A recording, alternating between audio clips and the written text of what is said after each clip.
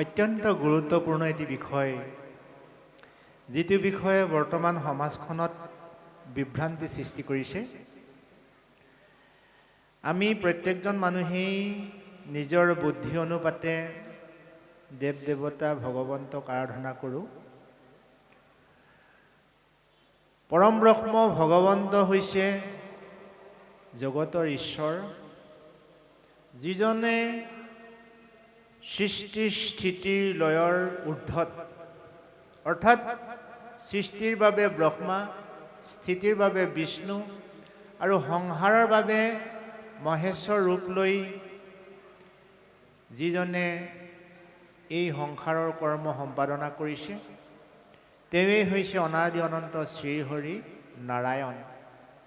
আৰু এই নাৰায়ণৰ যি গুণনাম নিজেও শ্ৰদ্ধা ভক্তিৰে শ্ৰৱণ কীৰ্তন কৰি আনকো যদি আপুনি এই পৰম ঈশ্বৰৰ গুণনাম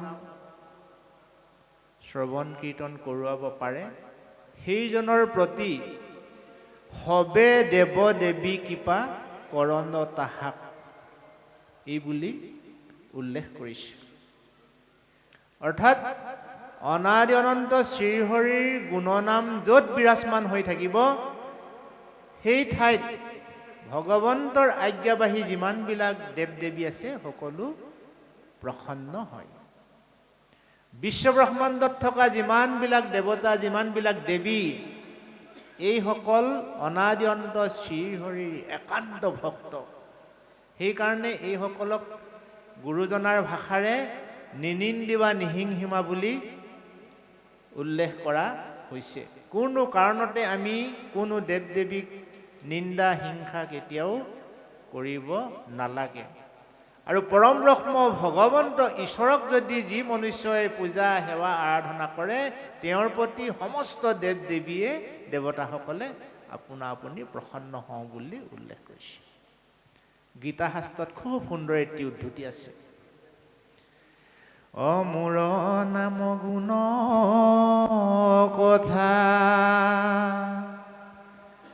গৈপে গুণে কহে, দয়াৰে আকুল হওঁ হৰিৰে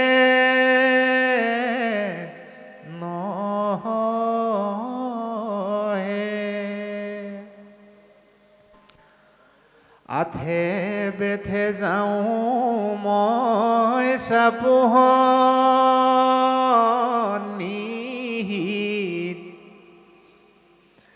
দেখিয়া তাহাক মই হওঁ আনন্দিত। খুব সুন্দৰ বৰ্ণনা যে পৰম ব্ৰহ্ম ভগৱন্তৰ গুণনাম যি মনুষ্যই গোপনভাৱেও লয়, সেই মনুষ্যৰ প্ৰতিও ভগৱন্তই সদয় হয়।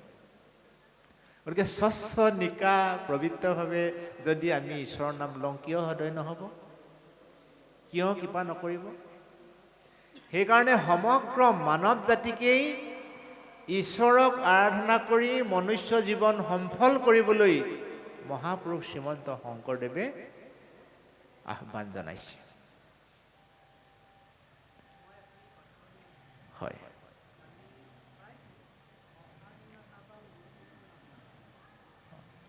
হয়, সেইবিলাক দ্বিতীয় পৰ্যায়ৰ কথা প্ৰভু, সেইবিলাক আমি আলোচনা কৰিম, কিন্তু ৰাজহুৱা স্থানত আমি সেইবিলাক আলোচনা নকৰোঁ। সেইবিলাক হয়, সেইবোৰ আমি বেলেগভাৱে আলোচনা কৰিম। গতিকে আমাৰ লক্ষ্য উদ্দেশ্য হৈছে পৰম ব্ৰহ্ম ভগৱন্ত, ভগৱন্ত, ভগৱন্ত। ঈশ্বৰৰ অবিহনে সংসাৰখন একেবাৰে শূন্য। গতিকে ঈশ্বৰক আৰাধনা কৰিবলৈ হ'লে আমাৰ এই পঞ্চভৌতিক দেহাটো আমি সুন্দৰকৈ সজাই তুলিব লাগিব। ভগৱন্তই আমাৰ দেহাটোৰ এই অংগ প্ৰত্যংগবিলাক ভৰিৰ পৰা মূৰলৈকে এনেই দিয়া নাই, কিন্তু ইয়াক আপুনি মই প্ৰয়োগ কৰা নাই। ঘৰত ডাঙৰ টিভি আছে, আপুনি যদি ৰিচাৰ্জেই কৰা নাই, টিভি কিনাৰ মূল্যই বা থাকিল ক'ত? ঘৰত জহা চাউল আছে, আপুনি যদি ৰান্ধিবলৈ আইগৰাকীক সুবিধা কৰিয়ে দিয়া নাই, জহা চাউলৰ মূল্যই থাকিল ক'ত? ঘৰত দামী গাড়ী আছে, আপুনি যদি নুঠে গাড়ীখন কিনাৰ মূল্য থাকিল ক'ত? এই দেহাটো ভগৱন্তই দিছে, ইয়াক যদি আমি ব্যৱহাৰ নকৰোঁ তেতিয়াহ'লে দেহাটোৰ মূল্যই থাকিল ক'ত? সেইকাৰণে মাধৱ পুৰুষে বিনাই বিনাই কান্দিছে, অ হৰি হৰি হৰি হৰি হৰি হৰি হৰি কি কাম কৰিলো আমি। হে প্ৰভু, হৰি হৰি হৰি হৰি, মই কি কাম কৰিলোঁ? এই যিটো অনুশোচনা, এই যিটো সন্তাপ, এই যিটো বেদনা, এই যিটো ভয় লগা সংকেত মাধৱ পুৰুষে কেতিয়া কৈছে? যেতিয়া জীৱনৰ আয়ুস শেষ হৈ গ'ল, তেতিয়া এই অনুশোচনাটো আহিছে জীৱসকলৰ। এ সাধু সংগলয়া তোমাক নভজি, ভৈলো কিনো অধোগামীয়ে, হৰি হৰি হৰি হৰি হৰি হৰি হৰি কি কাম কৰিলো হে ৰাম, নিজ দাস হৈয়া সেৱা তেজিলো, এহি দুখে ঘূৰ আপদে মজিলো। হৰি হৰি হৰি হৰি হৰি হৰি হৰি কি কাম কৰিলো আমি। মই যে ব্যৰ্থ জীৱন কটালোঁ, মই ব্যৰ্থ জীৱন কটোৱাৰ কাৰণে মোৰ মা দেউতা জগৰীয়া নহয়, মোৰ ককাই ভাই আত্মীয় স্বজন সমাজখন জগৰীয়া নহয়। মোৰ জীৱনটো ব্যৰ্থ হোৱাৰ কাৰণে জগৰীয়া কোন? মই নিজেই। নিজ দাস হৈয়া সেৱা তেজিলো, এহি দুখে ঘূৰ আপদে মজিলো। মই যদি সময় থাকোঁতেই সাধু সংগ ল'লোহেঁতেন, মই যদি সময় থাকোঁতেই সৎকৰ্ম কৰিলোহেঁতেন, মই আজি জীৱনৰ বিয়লি বেলিকা এই অনুশোচনাত ভুগিব লগা নহ'লহেঁতেন। তেতিয়াহ'লে সৎকৰ্ম কোনবিলাক? অ পাৱ দুই দিলা তীৰ্থ কৰো গমন, চকু দুই দিলা সন্ত সৌকদৰীখন। এই যে নাকটো দিছে, নাকটোৱে মানুহৰ সৌন্দৰ্য বৃদ্ধি কৰে। অ নাখা দিলা তুলসীৰ ঘ্ৰাণলৈ বাপুন, কৰ্ণ দুই দিলা টান শুনে না মগুণ,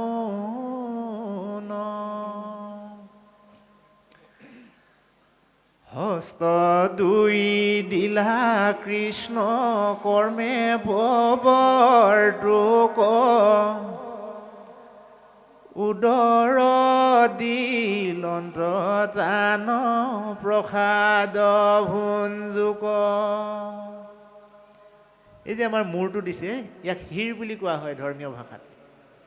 হীৰ গোটা দিলা টান আনন্দিত মন, প্ৰভু পদাৰ বিন্দত সদা কৰোক বন্দন, প্ৰভু পদাৰ বিন্দত সদা কৰোক বন্দন। যি মনুষ্যই এই হীৰটোৱে পৰম ব্ৰহ্ম ভগৱন্তৰ চৰণত সদায় বন্দন কৰে, সেই মনুষ্যৰ জীৱন জ্যোতিময় হ'ব হ'ব হ'ব হ'ব। সেইকাৰণে ধৰিও কুমাৰ কালে ভাগৱত ধৰ্ম। কাৰণ মানুহৰ জীৱনত ঈশ্বৰ উপাসনা কৰিম বুলি এটা নিৰ্দিষ্ট বয়স নেথাকে। ধূলি বালি খেলোতে ও বাল্যকাল, গমকেই না পালো গ'লে যৌৱন কাল গৃহস্থালী সংসাৰৰ চৌষষ্ঠি জঞ্জাল তোমাক বাৰু প্ৰভু ভজিম গুণ গান। সকলোৱে এবাৰ গাওঁ দিয়ক। এৰামে ধূলি বালি খেলোতে ও বাল্যকাল গমকেই না পালো গ'লে যৌৱন কাল গৃহস্থালী সংসাৰৰ চৌষষ্ঠি জঞ্জাল তোমাক বাৰু প্ৰভু ভজিম গুণ গাল তোমাক বাৰু প্ৰভু ভজিম গুণ গাল। গতিকে ঈশ্বৰক ভজিবলৈ আমাৰ নিৰ্দিষ্ট সময় নাই। শৈশৱৰ দিনটো ধূলি বালি খেলোঁতেই গ'ল, যৌৱনৰ দিনটোত উমলি জামলি ধন টকা পইচা মায়ামোহত পৰোঁতেই গ'ল, বৃদ্ধকাল হোৱাৰ লগে লগে ঘৰ সংসাৰৰ মেৰপাকত সোমাই ইটো লাগে সিটো লাগে, সদায় নাতেহে নাতে নাতেহে নাতে নাতেহে নাতে, শেষত এদিন জৰা ব্যাধিৰ গৰাকী হৈ জীৱটো অধোগতি যায়। যি সময়ত মৰম চেনেহ আদৰ শ্ৰদ্ধা পাইছিলে সেই সময়ত সেই জীৱটোৱে সেইখন ঘৰতে আলহীৰ দৰে থাকিব লাগিব। যিখন ঘৰত এদিন মালিকৰ দৰে আছিলে আপুনি, সকলোৰে ক্ষেত্ৰত ইয়াত কোনো ৰেহাই নাই। যিখন ঘৰ মই সাজিছিলোঁ, মই বুলি কওঁ যে মই বনোৱা ঘৰ এইটো, মই কিনা গাড়ী এইখিনি, মোৰ ল'ৰা ছোৱালী, মোৰ সম্পত্তি, কিন্তু মই এদিন সেইখন ঘৰৰ আলহী হ'ব লাগিব দেহি ঐ। আলহী মানে কি? এজন অকণমান সময়ৰ কাৰণে অহা ব্যক্তি, যিজনক চাহ তামোল খুৱাই পেলাই পঠিয়াই দিয়া হয়। আমি প্ৰত্যেকজন মানুহেই ঘৰখনৰ আলহী হৈ এদিন যাবগৈ লাগিব। এ মনুষ্যৰ জনম লৈ ল'বা বিদায়, জীৱনৰ মায়ামোহ নাথাকে সদায়, হৈ যাবগৈ লাগিব চাৰিটিৰ কান্ধতে বগা কাপোৰৰে আঁৰত লুকাই। ভাবিলেই মনবোৰ ভয় লাগি যায় অ'। গতিকে তেজ বল থাকোঁতেই পৰম ব্ৰহ্ম ভগৱন্তক আৰাধনা কৰি সেই বিপদৰ পৰা ৰক্ষা কৰাৰ উপায় তুমি কৰা, এই বুলি গুৰুজনাই আমাৰ সমগ্ৰ মানৱ জাতিকে এই বাৰ্তাটো দিছে। আৰু গুৰুজনাই সমগ্ৰ মানৱ জাতিকে এই বাৰ্তাটোৰ যোগেদি পৰম ব্ৰহ্ম ভগৱন্তৰ যি অৱতাৰ, সেই অৱতাৰ বাস্তৱায়িত কৰিব খুজিছে। কাৰণ আপুনি মই এলা পেচা ব্যক্তি নহয়, আমি পৰম ব্ৰহ্ম ভগৱন্তৰ আটাইতকৈ ভাল পোৱা জীৱ শ্ৰেষ্ঠ মানুহ। আজি আমাক যদি কোনোবাই কয় যে আপোনাৰ ঘৰৰ ৱাল ভাঙি বনৰীয়া হাতীয়ে বাৰীৰ ফচল খাইছে, আমি ইয়াত যিমান মাংগলিক যিমান মহান কাৰ্যসূচী থাকিলেও আমি এক মুহূৰ্তও ৰৈ থাকিব নোৱাৰিম, লৰ দি যাম ঘৰলৈ। কিয় যাম? যে মই গঢ়া সম্পত্তিক যাতে ক্ষতি নহয়, নহয়নে? তদ্ৰূপ সেই ঘৰখনৰ সেই সম্পত্তিখিনিয়ে হৈছে এই সংসাৰৰ জীৱবিলাক।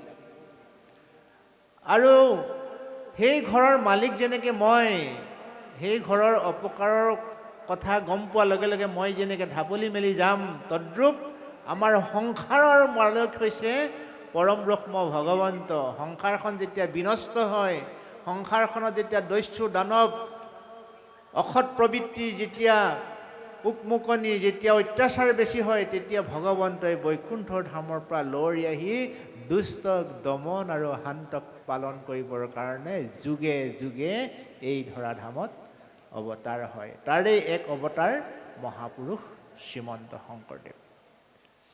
আৰু সমগ্ৰ মানৱ জাতিক একতাৰ দোলেৰে এখন বৰ্ণিল সমাজ প্ৰতিষ্ঠা কৰি মানৱীয় গুণৰ প্ৰমূল্যবোধেৰে জীৱন উজ্জীৱিত কৰিবলৈ মহাপুৰুষ গুৰু শ্ৰীমন্ত শংকৰদেৱে বৰ অসম প্ৰতিষ্ঠা কৰিছিল এক শৰণ হৰিনাম ধৰ্মৰ মাজেৰে। আৰু আমাৰ মানুহবিলাকে কি কৰিছোঁ, আমি বুজাবুজিৰ অভাৱত,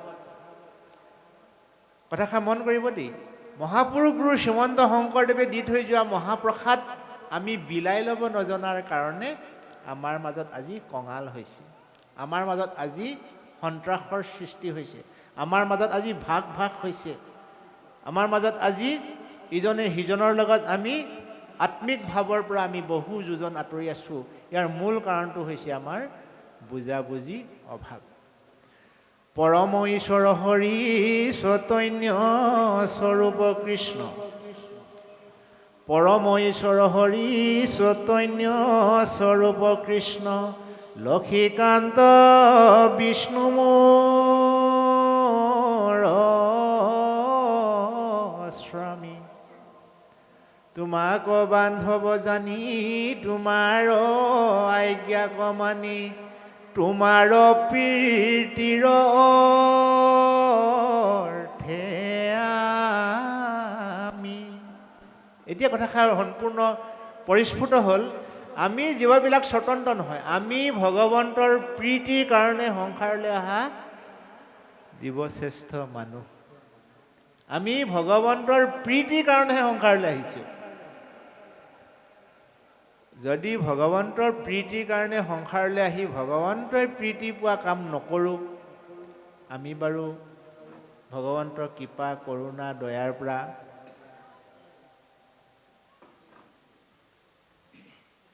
আমি বাৰু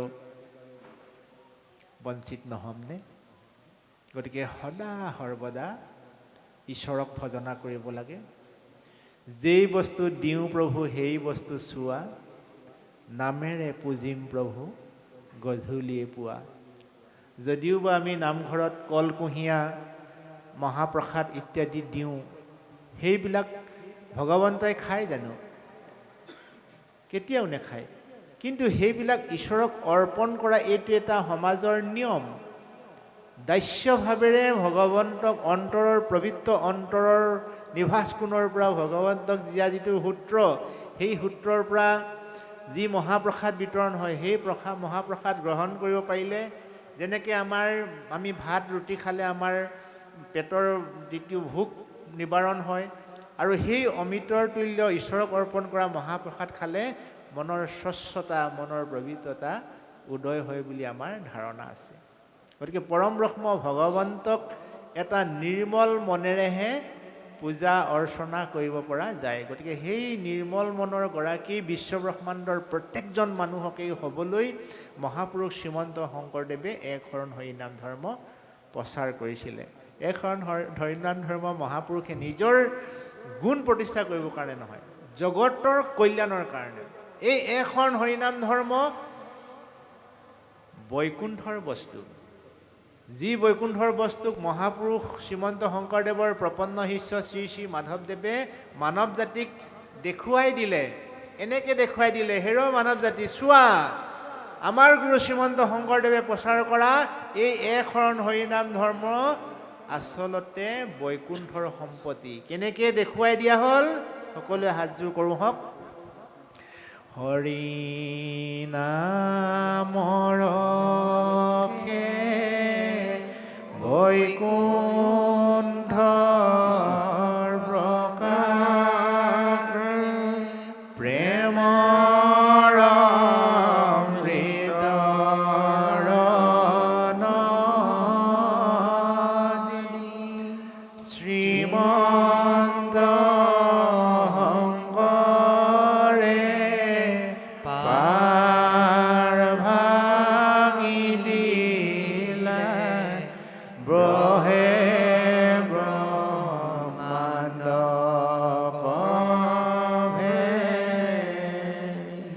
বহে ব্ৰহ্মাণ্ড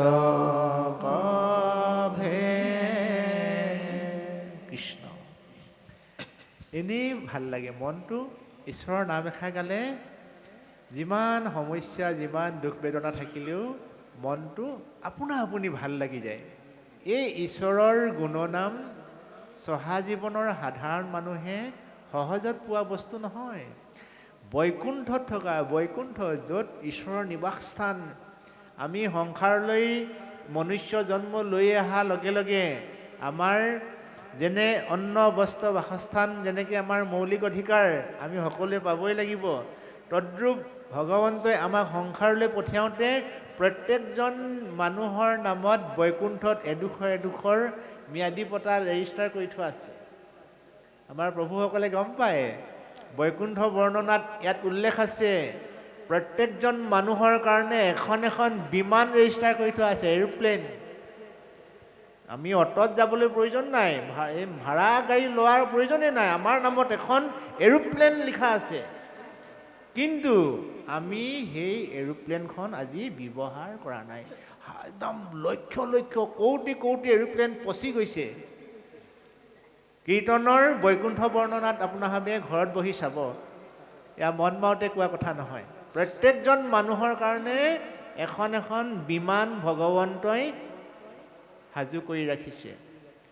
সুন্দৰ এটি সৰোবৰ, চাৰিওফালে অগণন ফল ফুলেৰে জাতিষ্কাৰ হোৱা এখন ফুলৰ বাগিচা, তাত ৰাজহংস অগণন পক্ষীৰ হুললিত ৰাও, চাৰিওফালে পাৰিষদসকলে ঈশ্বৰৰ গুণনাম গায়।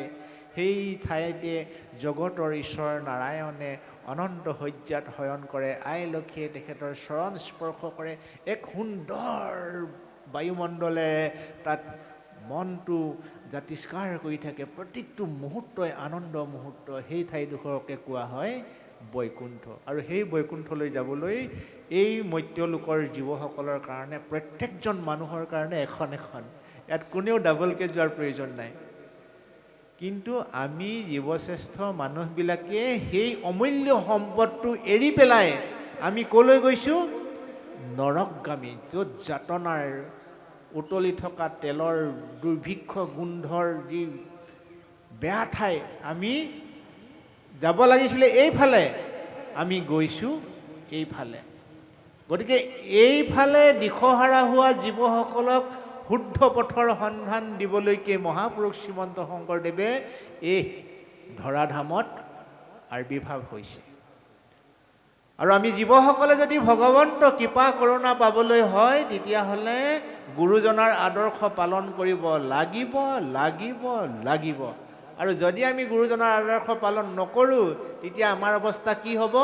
স্বয়ং গুৰুজনাই যিহেতু নগাঁৱৰ আলিপুখুৰী নামে বৰদোৱাৰ আমাৰ ওচৰৰে, ইয়াতে জন্মগ্ৰহণ কৰি জীৱনৰ বিয়লি বেলিকা আত্মীয় স্বজনৰ মুখ নেদেখাকৈ ভেলা মধুপুৰত জীৱনৰ শেষ সন্ধ্যা ত্যাগ কৰিলে।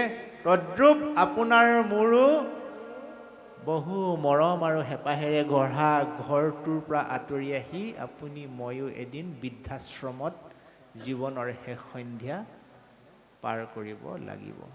গতিকে ঈশ্বৰে কেতিয়াও এয়া হোৱাটো নিবিচাৰে। সেইকাৰণে আজি সমগ্ৰ অসমৰ চাৰিওফালে ভাগৱত চৰ্চা হৈছে, ভাওনা হৈছে, নাম প্ৰসংগ হৈছে, গীতা, ৰত্নাৱলী, কীৰ্তন ইত্যাদি ইত্যাদি ভকতসকলৰ শ্ৰীমুখেৰে নিগৰিত হৈছে। জানোচা, মানৱ জাতিটো দেই, আমি কোনো কিৰাত কছাৰী, খাচী, গাৰো, মিৰি, অসমীয়া, হিন্দী ভাষী, ইংৰাজী ভাষী নহয়। আমি মানুহ জাতি। আমি মানুহ জাতিটো যাতে আমি বৈকুণ্ঠৰ সেই সুন্দৰ দেৱালখন পাৰ হৈ জীৱনটো ভোগ কৰিব পাৰোঁ। এইকাৰণেই এই ভাগৱতৰ যি অমৃত কথা, এই অমৃত কথাৰ যোগেদি আমি এইবিলাক সম্পত্তি ল'ব লাগিব। বহু ভাগ্যৰ বলত মানুহে এগৰাকী ভাল ভাৰ্যা পায়। হয়তো উত্তান পাত্ৰ যাৰ ভাগ্য ভাল আছিল, যাৰ কাৰণে সুনীতিৰ দৰে এগৰাকী ভাৰ্যা পালে। গতিকে আমাৰ ভাৰ্যাসকলো মানুহে ইচ্ছা কৰিলে কৰিব নোৱাৰা কাম একো নাই। মহান মহান মনীষীৰো ভুল হয়, হস্তিৰো পিছলৈ পাও সজ্জনৰো বুৰে নাও। জ্ঞাতে অজ্ঞাতে আমাৰ প্ৰত্যেকৰে কম বেছি পৰিমাণে আমি বেয়া কাম কৰিছোঁ, কিন্তু সেই বেয়া কামৰ পৰাও ভগৱন্তে আমাক ক্ষমা কৰিব যদি সেই বেয়া কামৰ দিন সেইদিনাখনহে আছিল। আজিৰ পৰা যাতে সেই বেয়া কাম নকৰোঁ, সেই সংকল্পটো আমি আজি নতুন চামে ল'ব লাগিব। আৰু সেই আইসকলে সুৰুচিৰ যিটো মন, সেই ৰুচি মনটো আঁতৰাই নীতি মনটো প্ৰয়োগ কৰিব লাগিব। নীতি মনটো যদি প্ৰয়োগ কৰে, তেতিয়া ধ্ৰুৱৰ দৰে আমাৰ সন্তানবিলাক গুণী জ্ঞানী হ'ব, সাধু সন্ত হ'ব, মহন্ত হ'ব, নিজৰ ভৰিত নিজেই থিয় দিব পাৰিব। শিষ্টাচাৰ কি, নম্ৰতা কি, ভদ্ৰতা কি, মিতব্যতা কি, এই গুণবিলাক অলংকাৰ হিচাপে আমাৰ ল'ৰাই পৰিধান কৰিব পাৰিব।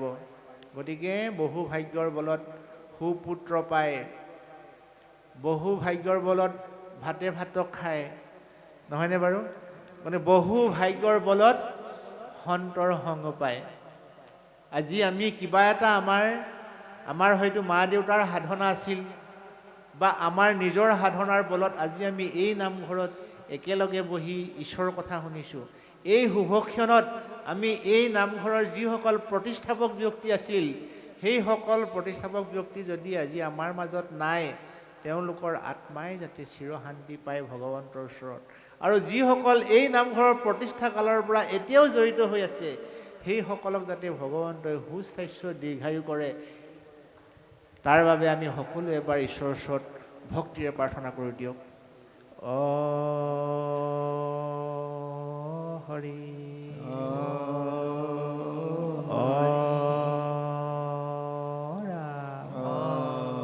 ৰাম কৃষ্ণ কৃষ্ণ কৃষ্ণ।